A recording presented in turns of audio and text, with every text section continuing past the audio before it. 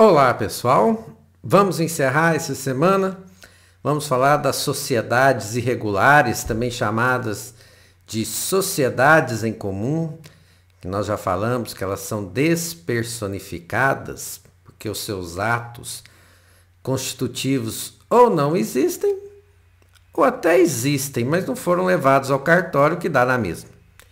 Então, isso que nós temos para falar nesse último momento, uma aulinha mais simples, mais curta, sociedade em comum. Ela é referenciada lá no artigo 986 do Código Civil, pessoal, e simplesmente é uma sociedade, porque na verdade não podemos negar que pessoas se juntaram, pegaram algum dinheiro, algum esforço, algum serviço, somaram esforços e patrimônio para desenvolver alguma atividade empresária. Isso nós sabemos. Mas não fizeram um contrato social na forma que a lei orienta. Não fizeram o registro desse contrato social. Às vezes até fizeram um contrato social e não fizeram o registro. Ah, fica para depois, sempre fica para depois. Pessoal, todas as vezes no direito que vocês lerem alguma coisa que fale que precisa ser levado ao registro, seja qualquer registro que seja, se não for levado ao registro, aquilo não tem eficácia no direito. Aquilo é como se existisse no papel e mais nada, certo? E aqui não é diferente. Então, contrato social não existe ou não foi registrado.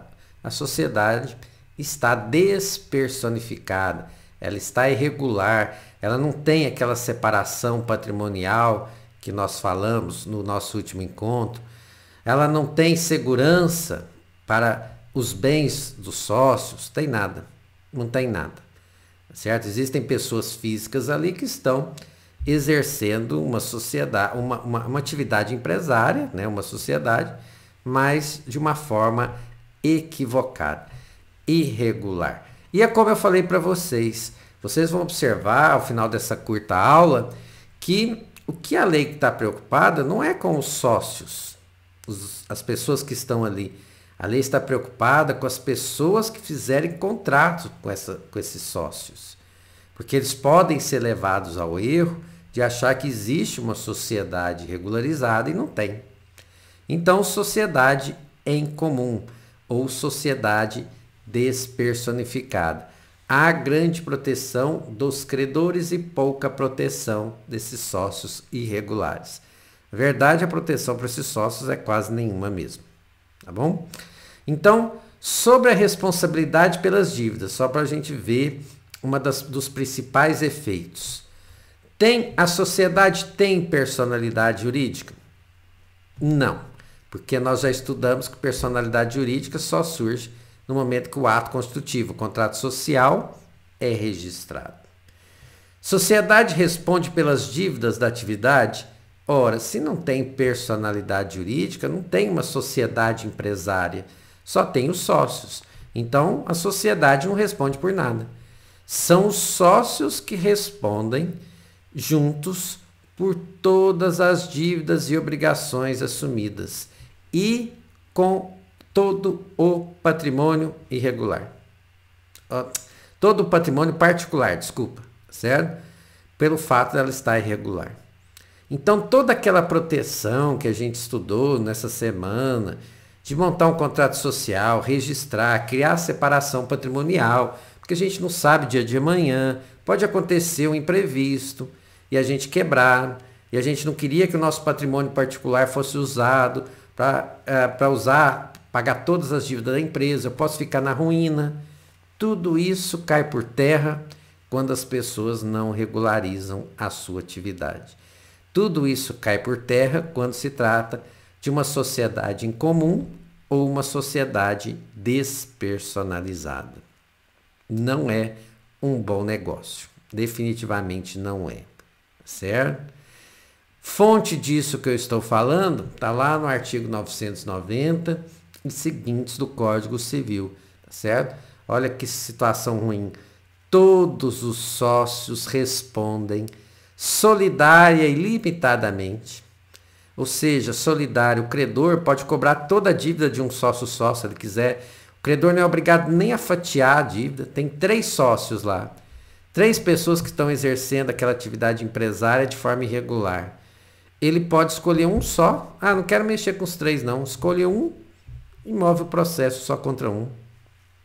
E esse rapaz, contra quem o processo foi movido, não pode nem alegar. Fala assim, mas não posso chamar os outros para me ajudarem a pagar? Não. Ele está cobrando só de você.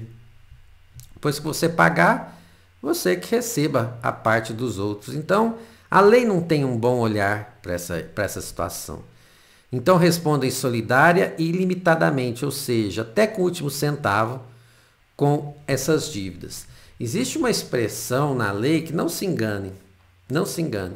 Fala que pode ser usado o patrimônio especial para pagar essas dívidas. Mas o que é o patrimônio especial?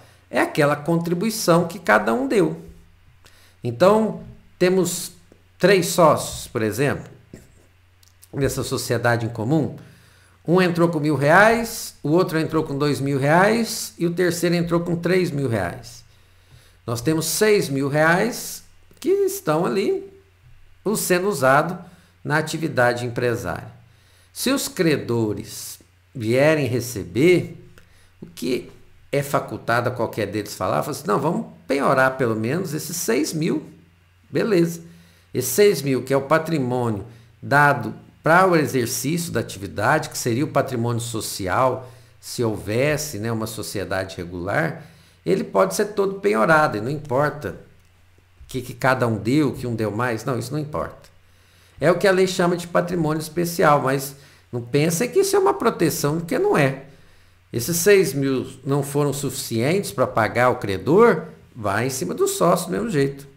Então é uma proteção muito ruim mesmo, muito ruim. Então não se enganem se vocês encontrarem na lei falando de patrimônio especial, que pode usar patrimônio especial, não. Certo? Isso são os bens que são usados lá na atividade, o maquinário, né, que pode ser penhorado, mas não deu para pagar os credores, vai em cima do patrimônio dos sócios e não tem nada que eles possam fazer. Então, isso aqui é uma proteção de fachada, muito ruinzinha essa questão. Então, patrimônio especial são bens de direitos utilizados para desenvolver atividade empresária. Só para vocês verem como é que a lei tem má vontade com essa sociedade em comum, se um credor precisa provar a existência da sociedade, por que o credor precisa provar? Porque é mais patrimônio para ele receber. É muito melhor eu ter 3 pessoas me devendo que uma só. E se eu preciso provar que essas 3 pessoas tinham uma sociedade, eu, como credor, posso provar usando qualquer tipo de prova no direito. Testemunha, perícia, qualquer fotografias, qualquer coisa. Qualquer tipo de prova lista é válido para provar que essas 3 pessoas tinham uma sociedade. Agora, se os sócios, eu sou sócio irregular, eu mesmo preciso provar a existência da sociedade, por quê? Porque eu tive que pagar R$10.000 para o credor. E agora eu quero dividir esse prejuízo com os meus sócios irregulares. Para eu provar a existência dessa sociedade, só se eu tiver um documento escrito que prove a existência. Eu não posso usar, por exemplo, testemunhas. Pessoas que sabiam que a gente tinha uma sociedade. Não. Direito não vai aceitar esse tipo de prova. Ou o Roberto tem uma prova escrita, ou eu vou ter que pagar tudo sozinho mesmo. E eu vou ficar no prejuízo. Então, assim, é para mostrar para vocês que não compensa. Não compensa. Somou o esforço, somou o patrimônio para o exercício de uma atividade empresária, tem que regularizar, pessoal. O risco, certo? A insegurança, a falta, não tem um ar de profissionalismo, entende? Não tem um ar de profissionalismo. Você não pode dar uma nota fiscal, né? É muito prejuízo. Existem linhas de crédito que são especiais, a juros menores, para quem tem uma sociedade regularizada.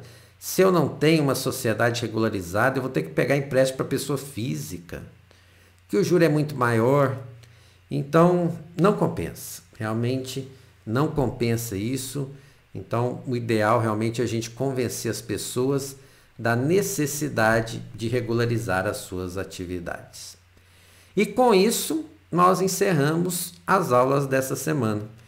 Queria muito, pessoal, receber um feedback de vocês, se vocês estão gostando, se não estão, se as aulas estão sendo claras ou não estão.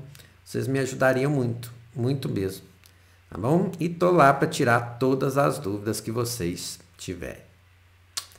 Foi uma satisfação, pessoal. Até a próxima semana, então.